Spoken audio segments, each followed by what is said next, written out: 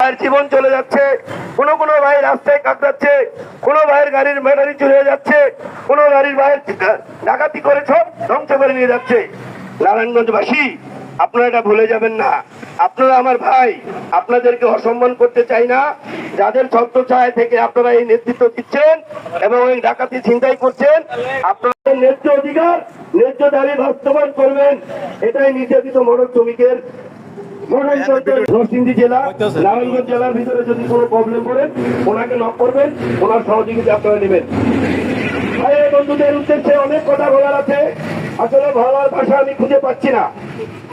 এই সংগঠন বিগত 9 বছর, আমি মোহাম্মদ আলামিন ব্যাপারী, আমার বাড়ি খুলনা বিভাগ, চুয়াডাঙ্গার কৃতি সন্তান, চুয়াডাঙ্গার চালক ভাইদের দৃষ্টি আকর্ষণ করে বলবো, আমরা